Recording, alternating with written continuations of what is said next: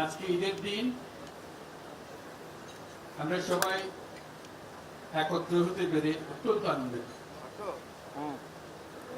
আমার অবস্থা এমন, কারোর সঙ্গে দেখা করা আমার বড় কঠিন বিষয়। কাজে আজকে একসঙ্গে এতজনের সঙ্গে দেখা করার সৌভাগ্য পেয়ে আমি অত্যন্ত কৃতজ্ঞ। আমরা আজকে ঈদের মহা উৎসব আমরা পালন করছি। ঈদের বাণীটাই হলো নিজেদের মধ্যে সহ্যতা, অতীতকে পেছনে রেখে সামনের দিকে এগিয়ে যাওয়া। সমাজে এরকম যে একটা দিন আমরা স্থির করতে পেরেছি, আমাদের ধর্ম আমাদেরকে দিয়েছে, এটাই আমাদের জন্য একটা মস্ত বড় আশীর্বাদ।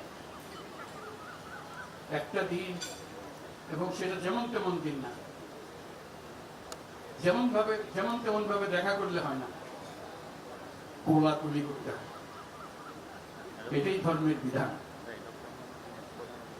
আমরা কোলাকুলি করি, সবাইকে আপন করে নেব।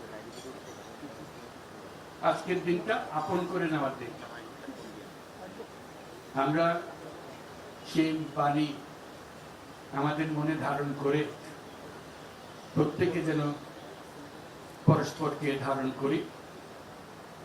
যত রকম দূরত্ব ছিল সেই দূরত্ব থেকে আমরা সরে আসতে পারি।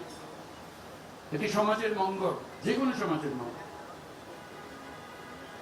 সেই সমাজের মঙ্গল আমরা যেন আগ্রহ সহকারে নিজেদের মধ্যে আত্মস্থ করতে পারি। সেই জন্য এবারের ঈদ অত্যন্ত গুরুত্বপূর্ণ, যাতে আমরা পরস্পরের কাছে আসি, পরস্পরের দূরত্ব থেকে আমরা সরে আসতে পারি, জাতিকে সমাজকে ঐক্যবদ্ধ করতে পারি। কারণ এই ঐক্যবদ্ধ হওয়াটা আমাদের জন্য, এই সমাজের জন্য বিশেষভাবে জরুরি। সেটা যেন আমরা অর্জন করতে পারি।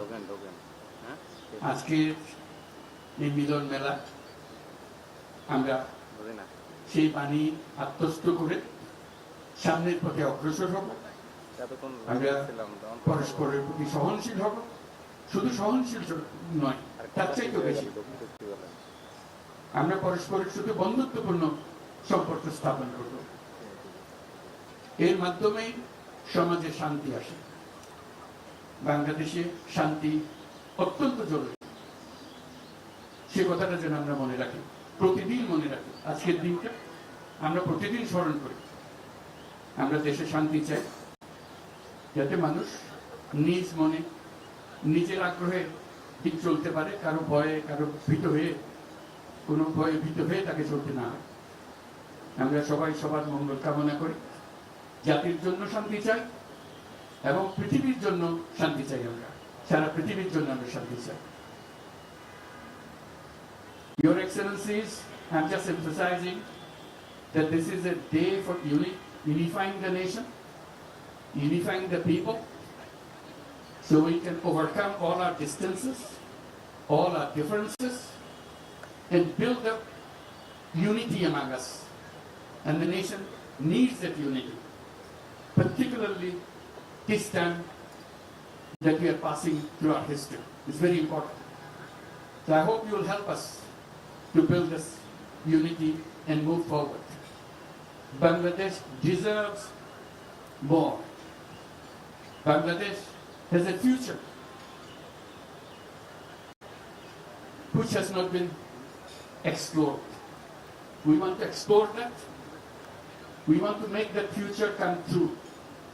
So that's where it begins. Unifying the nation, building the nation to move forward. Let's do that.